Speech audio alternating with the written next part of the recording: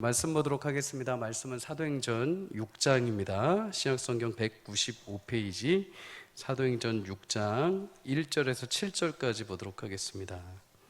사도행전 6장 1절에서 7절.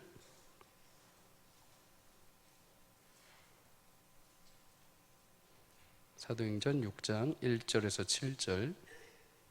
우리 한 절씩 함께 읽도록 하겠습니다. 그때에 제자가 더 많아졌는데 헬라파 유대인들이 자기의 과부들이 매일의 구제에 빠짐으로 히브리파 사람을 원망하니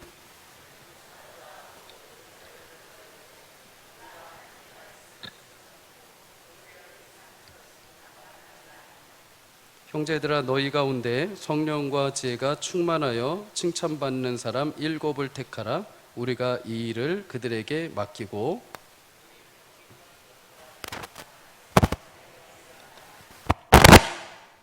온 무리가 이 말을 기뻐하여 믿음과 성령이 충만한 사람 스데반과 또 빌립과 브로고로와 니가노르와 디몬과 바메나와 유대교회에 입교했던 안디옥 사람 니골라를 택하여 사도들 앞에 세우니 사도들이 기도하고 그들에게 안수하니라. 함께 읽습니다. 하나님의 말씀이 점점 왕성하여 예루살렘에 있는 제자의 수가 더 심히 많아지고 허다한 제사장의 무리도 이 도에 복종하니라. 아멘. 오늘 본문을 가지고 갈등의 위기를 성장의 기회로 라는 제목으로 함께 말씀을 나누겠습니다. 누구에게나 인생의 갈등 또 위기는 항상 찾아오기 마련입니다. 어떻게 올지 또 어느 순간에 올지 몇 번이 올지는 모르지만은 우리 인생 가운데는 갈등과 위기가 늘 찾아오죠. 문제는 그 위기를 이제 어떻게 보고 어떻게 해결하느냐에 따라서 결과가 완전히 달라지게 됩니다. 어떤 이에게는 위기가 그냥 모든 것을 포기하고 버려지게 만드는 원인이 되기도 하지만 어떤 이에게는 그 위기가 새로운 삶을 위한 도약이 되기도 하고 기회가 되기도 합니다. 그래서 중국인들은 위기라는 이 두 글자를 이렇게 쓴다고 합니다. 첫 글자에 위험의 의미를 담긴 위, 그리고 두 번째 글자는 기회를 말할 때 기, 그래서 위기라고 하죠. 위기 안에 기회가 있다. 위기를 잘 넘기면 그 뒤에 반드시 기회가 온다. 에릭 렌그린이란 박사는 정신과 전문인데 위기를 당했던 사람들에 대해서 몇 가지 조사를 했습니다. 그 결과 85%의 사람이 위기를 경험하고 나서 자신의 나쁜 습관이 고쳐지기도 했고 부부관계가 회복되기도 하고 신앙생활을 다시 시작하기도 하고 시간과 물질을 절약하며 새로운 인생을 살기 시작했다는 결과가 있었습니다. 시편 119편 71편도 시편 기자도 우리에게 이렇게 고백을 합니다. 고난당하는 것이 내게 유익이라 이로 말미암아 내가 주의 율례들을 배우게 되었도다. 여러분, 고난이라는 위기 속에서 오히려 나를 향하신 하나님의 뜻을 더 선명하게 발견하게 되었다고 합니다. 성도에게 그래서 위기라는 현실은 그 안에 나를 향한 하나님의 메시지가 숨겨져 있는 것이죠. 그래서 우리는 찾아오는 위기 속에 수많은 두려움과 염려로 포장되어 있는 위기 가운데 하나님께 지혜를 구하며 그 위기를 하나님의 은혜로 받는 기회로 만들 수 있는 현명함과 현숙함이 우리 성도에게는 필요합니다. 초대교회라고 해서 여러분 마냥 이상적으로 그냥 모든 것이 좋은 곳은 아니었습니다. 외부에 있는 종교 지도자들의 위협, 내적으로는 아나니아와 삽비라처럼 영적인 속임과 또 영적인 갈등과 아픔들이 존재했죠. 그와 더불어서 오늘 본문에도 보면 초대교회 안에 이제는 한 가정이 아니라 사람과 사람들 안에 갈등이 점화되는 위기의 모습을 보여줍니다. 그렇다면 초대교회에 발생한 이 위기와 갈등을 초대교회 성도들은 어떻게 극복을 했고 또 그 결과는 어떻게 이어졌을까요? 오늘 1절을 우리 다시 한번 읽어보도록 하겠습니다. 시작. 그때에 제자가 더 많아졌는데 헬라파 유대인들이 자기의 과부들이 매일의 구제에 빠짐으로 히브리파 사람을 원망하니. 아멘. 1절 상반절에 그때의 제자가 더 많아졌다라고 말하죠. 그때는 어느 때인가? 초대교회가 외적으로 박해를 받던 시기이기도 합니다. 종교 지도자들이 예수의 이름으로 더 이상 말하지 마라. 한 번만 더 말하면 이제 너희가 목숨을 잃을 수도 있다. 겁박을 했던 시기죠. 심지어 말씀을 내가 듣고 내가 그 예수 그리스도를 메시아로 믿게 되면, 개종을 하게 되면 당시에 주변에 있던 지역 사회, 심지어 친척들에게 버림을 당하고 매장을 당하는 현실이었습니다. 내가 예수님을 나의 메시아로 고백하는 것은 그만큼 목숨을, 나의 삶을 내놓을 정도의 어떤 결단과 큰 은혜가 있어야 됐죠. 그럼에도 이 시기에 점점 복음을 전하면 전할수록 계속 제자의 숫자가 많아졌다.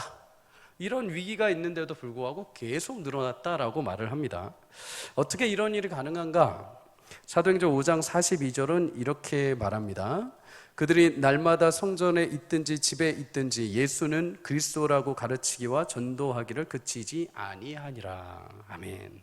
우리 여기서 위기 가운데 한 가지 교훈을 발견하게 됩니다. 첫째로 여러분, 위기가 찾아올 때 내게 주어진 신앙의 정도의 길을 그대로 유지해야 합니다.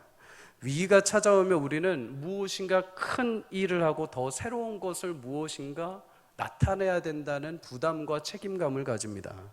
그런데 오늘 위기 가운데 있는 초대교회 사도들은 어떻게 했느냐? 그냥 정도를 걷습니다.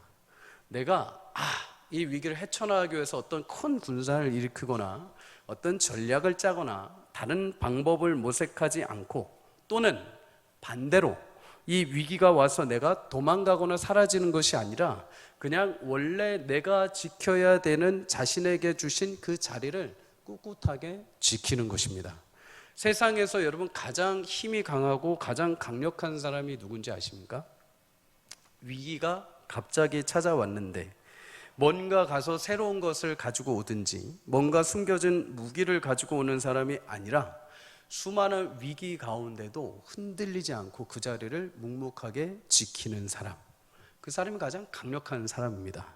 위기의 바람이 불 때 이리저리 흔들리지 않고 이 말 저 말에 마음을 빼앗기지 않고 그냥 내게 주신 믿음의 길을 묵직하게 걸어가는 사람, 그런 신자가 정말 강하고 그 자리에 결실을 결국에는 맺게 되는 줄 믿습니다. 왜 그렇습니까? 여러분, 환경과 현실 그리고 위기 속에도 하나님의 신실하심과 약속을 어떻게 해서든 신뢰하기 때문에 그 자리에 머물러 있는 것이죠. 사도들은 어떻게 그런 위협 가운데도 흔들리지 않았는가? 이유는 단 하나입니다. 복음의 능력을 자신들 스스로 경험하고 확신했기 때문입니다.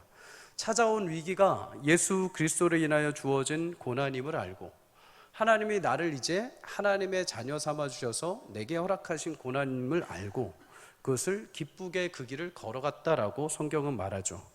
그렇게 찾아온 위기 속에서 묵묵히 자신들에게 주신 사명의 자리, 복음을 전하고 증거하는 자리를 지켰을 때 오늘 1절의 말씀처럼 오히려 그 복음을 듣고 주의 제자들이 많아졌다라고 성경은 말씀을 합니다. 사랑하는 성도님들, 복음의 능력은 우리에게 위기를 넘어서 하나님의 능력과 역사로 성장하게 만드는 귀한 씨앗이 되는 줄 믿습니다. 교회는 언제 성장을 할까요? 모든 것이 안정적으로, 모든 것이 편안할 때 성장을 할까요? 아니요. 복음을 자랑할 때, 복음을 붙들고 묵묵히 교회의 사명을 지킬 때, 여러 풍파가 와도 성도가 그 자리를 지키고 하나님의 거룩함 앞에 기도할 때, 여러 가지 시련과 아픔이 와도 교회가 끊임없이 그 자리를 지키고 하나님 앞에 예배할 때, 복음을 붙들고 살아갈 때 교회와 성도는 성장하게 되어 있습니다. 복음에는 능력이 있기 때문이죠. 복음에는 예수 그리스도의 비밀이 담겨 있습니다. 그 말씀을 붙드는 교회와 성도들의 삶을 하나님이 인도하시고 위기 속에서 하나님의 선한 뜻과 역사를 밝히 알게 하시는 하나님의 지혜를 주시는 줄 믿습니다. 그래서 요한복음 1장 14절은 말씀합니다. 말씀이 육신이 되어 우리 가운데 거하시는데 그 영광은 아버지 독생자의 영광이요 은혜와 진리가 충만하더라. 여러분, 복음과 함께 서 있는 인생은 그곳이 광야이든 그곳이 풍랑이는 바다라 할지라도 그의 10년 가운데 은혜와 진리가 충만하신 하나님이 그의 마음과 그의 삶 가운데 하나님의 마르지 않는 샘으로 풍성하게 채워주시는 줄 믿습니다. 위기는 어느 누구에게나 어느 순간이나 반드시 찾아오게 되어 있습니다. 그러나 그런 위기 속에서도 변하지 않는 하나님의 사랑, 그 모든 은혜의 메시지를 마음에 담고 기억할 수 있기를 주의 이름으로 축복합니다. 그럴 때 위기는 단순히 나에게 그냥 불행이다, 단순히 그냥 나는 왜 이런가, 왜 일이 찾아왔는가, 나는 피하고 싶다라고 하기 전에 그 안에 담긴 하나님의 사랑과 마음으로 여러분 위기를 넉넉하게 감당하게 될 줄 믿습니다. 그래서 시편 기자는 이렇게 말합니다. 시편 119편 109편 우리 함께 읽도록 하겠습니다. 시작. 나의 생명이 항상 위기에 있사오나 나는 주의 법을 잊지 아니하나이다. 아멘. 세상이 찾아오는 위기 가운데서도 나를 향한 하나님의 섭리와 계획, 그 의미가 그 안에 담겨 있음을 기억하기에 오늘도 내가 위기 속에서 그 복음의 진리, 하나님의 말씀을 늘 기억한다는 것이죠.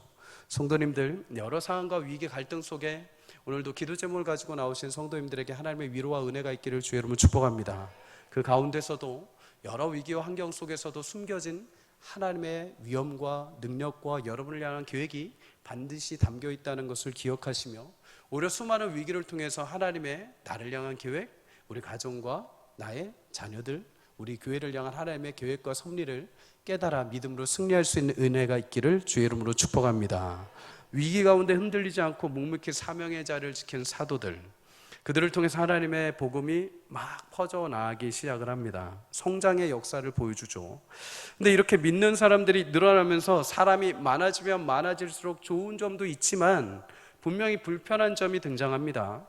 제 개척교회 섬길 때 또는 200여 명의 교회를 섬길 때는 정말 가족 같습니다. 그냥 다 아니까요. 근데 이게 1000명이 넘고 2000명이 넘는 교회가 되면은 이제 다 모릅니다. 성도님들도 예전에는 우리 가족 같았는데 하면서 1000명이 넘어가기 시작하면 이제 가족이란 개념이 조금 쉽지가 않습니다. 그때부터는 구역, 자기 주변만 친하고 다른 사람들은 알기가 쉽지가 않죠. 그런데 그거는 당연한 겁니다. 사람이 많아지면 이제 모든 공동체는 조직화가 되고 이제 시스템이 발동을 하게 되죠. 잘 효율적으로, 잘 체계적으로 관리하기 위함인 것입니다. 초대교회가 점점 사람이 늘어나면서 이제 가족 공동체가 대단위로 늘어나게 됩니다. 많은 사람들, 다양한 생각과 다양한 말과 다양한 의견을 가진 사람들이 생기다 보니까 이제 좋은 조직과 거기에 합당한 시스템이 필요한 것이죠. 근데 만약에 이런 조직과 시스템이 받쳐주지 않으면 분명히 불합리하고 때로는 우리가 마음에 상하는 일들이 발생하게 됩니다. 1절을 보면은 헬라파 유대인들이 자기의 과부들이 매일 구제에서 빠짐으로 히브리파 사람들을 원망했다라고 이렇게 말하죠. 초대교회 안에는 당시에 두 부류의 유대인들이 있었습니다. 한 부류는 원래 예루살렘에 살던 유대인들, 그래서 히브리파 유대인들이라고 하죠. 이들은 모국어가 히브리어고 원래 그 지역에 살던 사람들인데 전도를 받아서 예수를 믿게 된 사람들입니다. 반면에 헬라파 유대인들이 있습니다. 이스라엘 지역을 벗어나서 이방 땅에서 사는 유대인들이죠. 이들은 그런데 멀리 이방 땅에서 살다 보니까 이제 언어가 뭘로 바뀝니까? 다른 타국어로 바뀌기 시작을 합니다. 그리고 먼 타국에서 자란 사람들은 이제 히브리 말보다는 헬라 말 또는 다른 말을 더 유창하게 구사를 하게 되죠.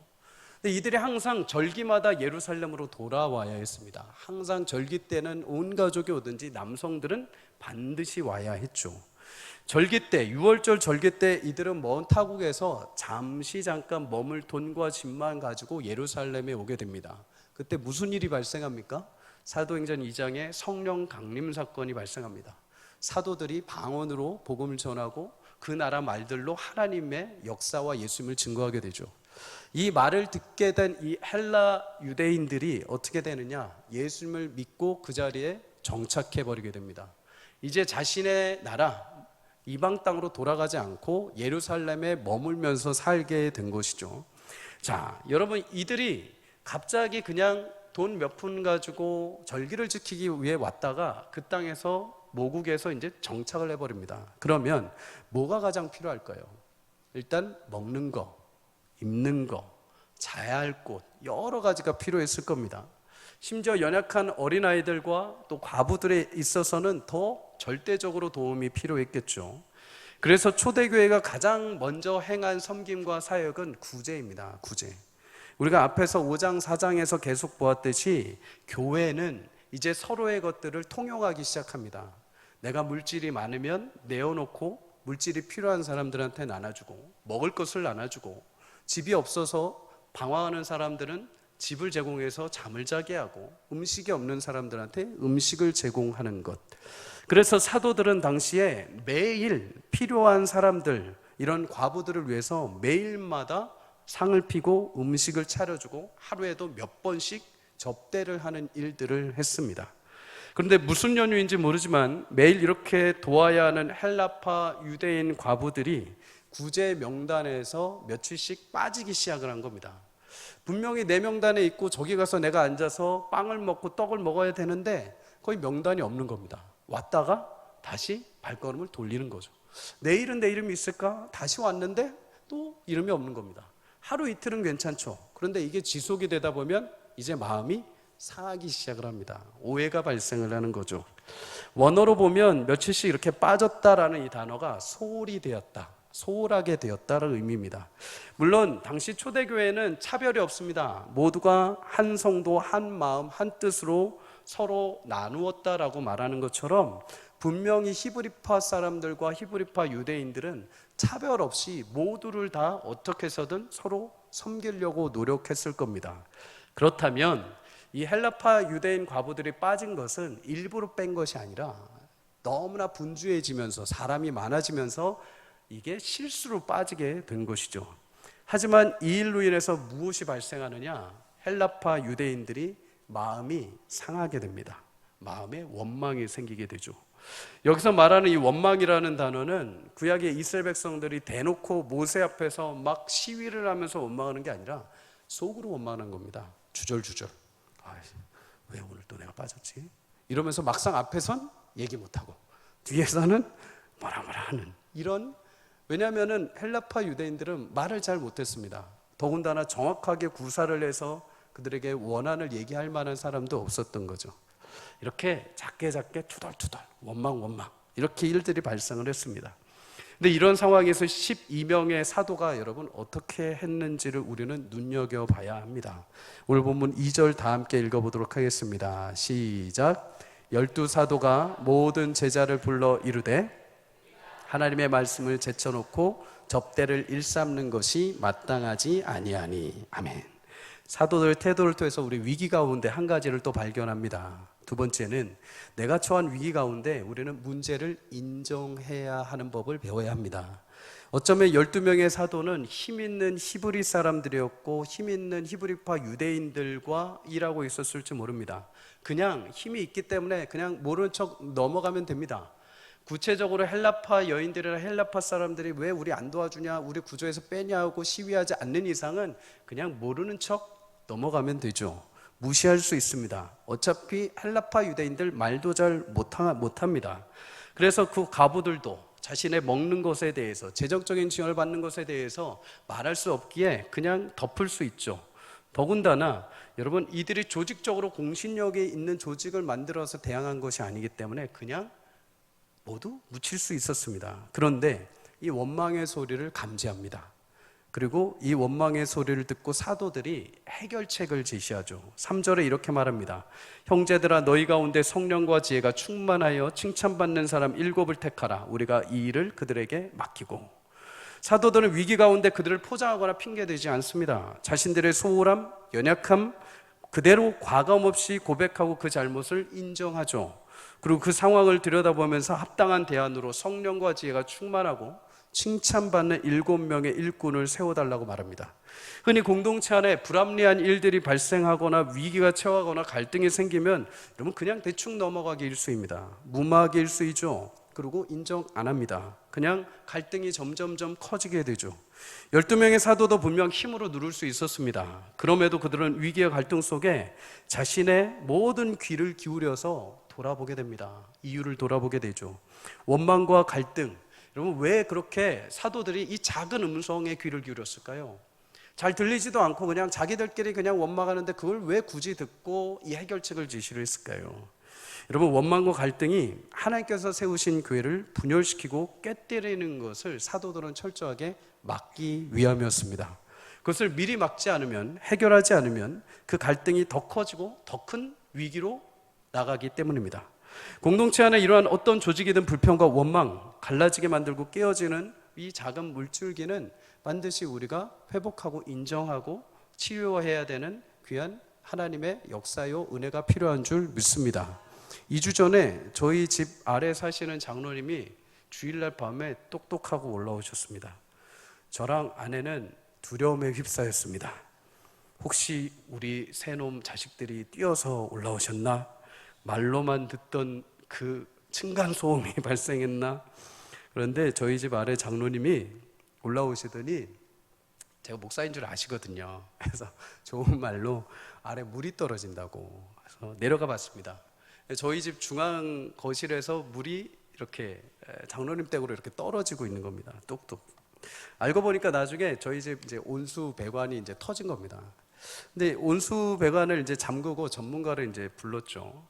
근데 아시다시피 여러분, 이게 온수 배관 작은 거 터진 거 찾기가 참 쉽지 않습니다. 그죠? 예. 그런데 다행히 그 전문가분이 교회 다니시는 분입니다. 교회 다니시는 분이 이렇게 막 가스를 넣고 이렇게 찾고 막 처음으로 막 이렇게 찾다가 막 깼습니다. 처음에 깨고 이제 팠는데 아닙니다. 그래서 또 아래 또 가다가 또 깼습니다. 아닙니다. 그래서 저랑 아내는 방 안에서 계속 밖에서 막 하소연하는 소리 들으면서 그냥 보내야 되나 막 이런 소리를 했는데 나중에 겨우겨우 해가 5시간 만에 이제 찾아냈습니다. 찾아냈는데 이분이 나중에 고백하기를 중간에 진짜 도망가고 싶었답니다. 근데 목사님 집이라서 못 도망가고 끝까지 찾아낸 거죠.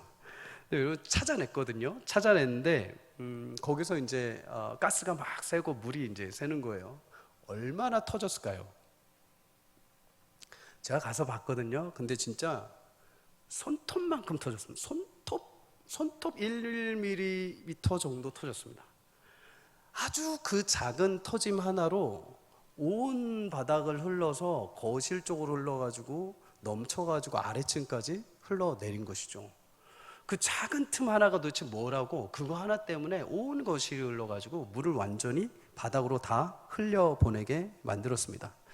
여러분, 작은 갈등, 아주 작은 위기의 갈등을 통해서 사단은 얼마든지 공동체 안에, 우리 가정 안에, 내가 사는 주변의 이웃들 안에 수많은 일을 흘려 만들어 보낼 수가 있습니다. 민수기 14장에도 보면 이스라엘 백성들이 가나안 땅을 앞두고 하나님께서 정탐꾼을 12명 보내시죠. 그런데 정탐하고 들어온 10명의 정탐꾼이 그 땅에 대해서 악평을 하고 불평합니다. 여러분, 고작 10명이 불평을 했는데 그 결과가 어떻게 됩니까? 이스라엘 백성들 200만 명 전체가, 여호수아와 갈렙을 제외한 200만 명 전체가 다 불평을 합니다. 결국 하나님께서 여호수아와 갈렙 빼고 1세대는 모두 다 처절하게 광야에서 그들의 말대로 죽게 하시죠. 성도님들, 작은 갈등과 아픔 그리고 위기 가운데 때로는 우리가 시간을 기다려야 할 때도 분명히 있습니다. 더 지켜보고 더 기도하고 더 인내해야 할 때도 있죠. 그에 반해서 그 빈틈으로 원망과 불평의 물이 새지 않도록, 더 큰 갈등이 되지 않도록 해결해야 할 때가 있습니다. 그 방법이 무엇이냐? 오늘 사도들이 보여주죠. 인정하는 것입니다. 그것이 나의 연약함이다. 그것이 나의 잘못이고 부족함이라는 것을 고백하는 거죠. 위기와 갈등 가운데 새로운 변화와 시작은 부족함의 실수, 나의 잘못과 인정함에 있어서부터 새로운 시작이 일어나게 되는 줄 믿습니다. 되돌아보는 거죠.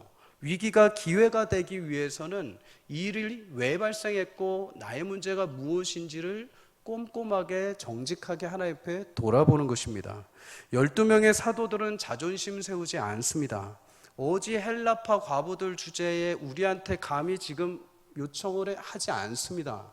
그 작은 한마디에 귀를 기울이고, 우리가 비록 사도로 하나님께서 임명하셨지만 우리가 실수한 부분은 분명히 있다. 그러니 우리가 이제 이 일에 연약함이 있으니까 너희가 일꾼 7명을 뽑아주어라. 그러면 그들에게 일을 맡기겠다. 그들은 자신들의 소홀함과 부족함을 포장하지 않습니다. 있는 그대로 다 인정합니다. 그리고 어떻게 됩니까? 이 일을 이제 새롭게 세워진 7명에게 맡겼을 때 5절에 보니까 공동체 전체가 다 기뻐하였다.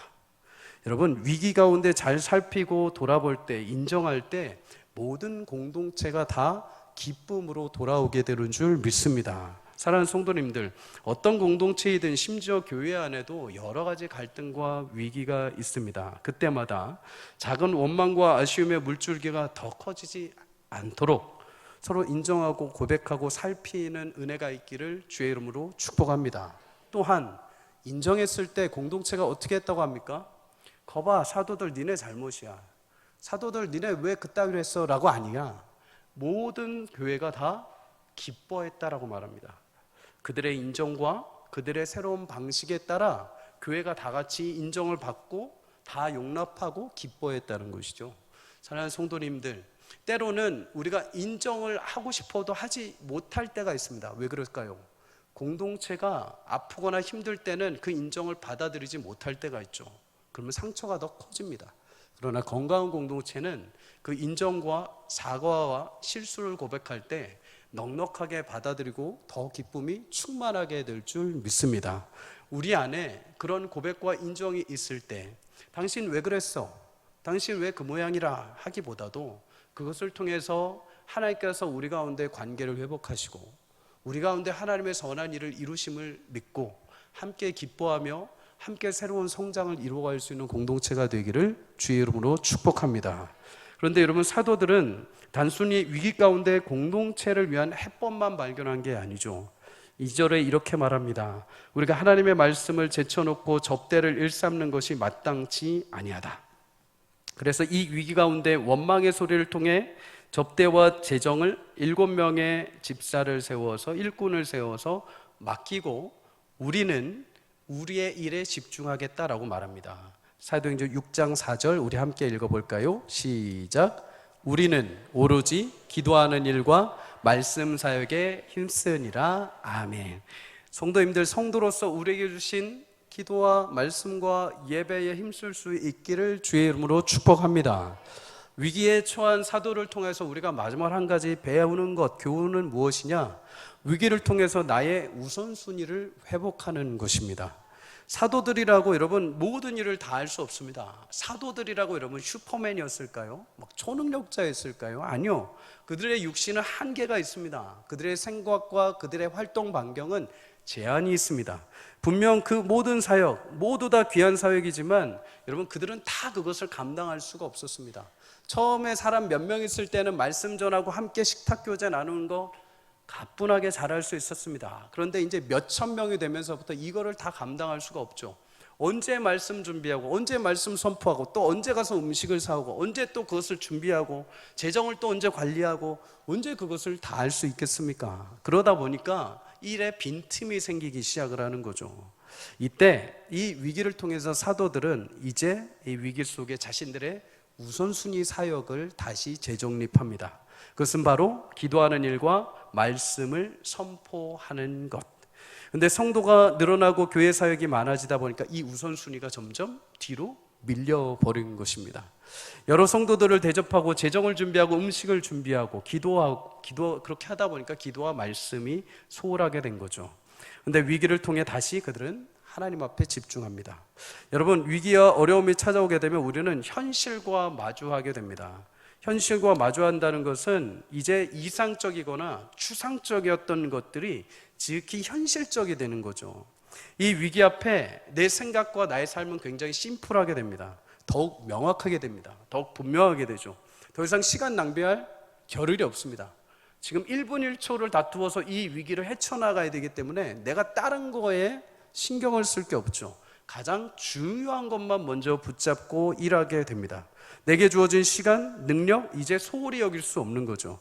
사도들에게 오늘 위기가 오히려 자신들에게 집중하게 만들고 명확하게 본질을 붙들고 무엇을 해야 하는지를 깨닫게 해주는 도구가 된 줄 믿습니다. 여러분, 이렇게 위기 가운데 그것을 기회로 삼고자 한 자신들이 돌아보고 자신들이 교회를 위해서 다시 말씀을 전하고 기도하고자 하는 그 모습을 통해서 어떤 역사가 일어났을까요? 우리 7절 마지막으로 읽습니다. 시작. 하나님의 말씀이 점점 왕성하여 예루살렘에 있는 제자의 수가 더 심히 많아지고 허다한 제사장의 무리도 이 도에 복종하느니라. 아멘. 여러분, 원래 우선순위가 재정립되고 교회 안에 여러 가지 분주했던 사역들 속에 일꾼들이 세워져서 서로 분업을 하고 나누다 보니까 이제 교회가 차츰 자리를 잡고 하나님의 부흥의 역사가 일어나게 된 줄 믿습니다. 교회는 어떤 한 사람으로서 이루어지는 공동체가 아닙니다. 가족도 마찬가지죠. 어떤 한 사람의 힘만으로 가족이 꾸려지지 않죠. 모두가 다 각각의 위치에서 아빠로서, 엄마로서, 자녀로서, 교회에서도 직분자로서, 또 성도로서, 자녀들로서 지켜야 될 자리들을 지킬 때 건강하게 그 자리가 유지가 되는 줄 믿습니다. 사도들이 해야 할 일은 기도와 말씀에 전념하는 것이었죠. 저도 가끔씩 이렇게 사역을 하다 보면 말씀을 준비하는 시간이 이렇게 촉박할 때가 있습니다. 촉박하고 다른 일에 막 이렇게 분주하게 될 때가 있습니다. 그래서 최대한 금요일, 토요일은 어떻게 해서든 이렇게 교회에 파묻혀서 웬만하면 다른 데 집중 안 하고 방해 안 받고 이렇게 말씀에 전무하려고 노력을 합니다. 그럼에도 여러 가지 일들이 잡무가 막 찾아올 때가 있습니다. 사랑하는 성도님들, 우리 교회 모든 목사님들, 저를 비롯하여 목사님들에게 하나님께서 반드시 주신 우선순위 말씀과 기도에 전념할 수 있는 은혜와 축복이 있도록 기도해 주시기를 주의 이름으로 축복합니다. 여러 가지 일들이 왕성하게 일어나는 그 가운데 사도들이 자신들의 말씀과 기도에 전념하고 나머지 일들을 성도들이 감당했을 때 많은 사람들이 오고 제사장 8,000명이 모였다. 허다한 제사장이 복종하여 돌아왔다고 하죠. 당시 예루살렘의 제사장 8,000명 정도였다고 합니다. 그런데 이 8,000명 정도가 다는 아니겠지만 몇 명은 돌아왔겠죠. 그런데 여러분, 그 말씀을 듣고 제사장이 돌아온다는 건 목숨을 내놓는 거죠.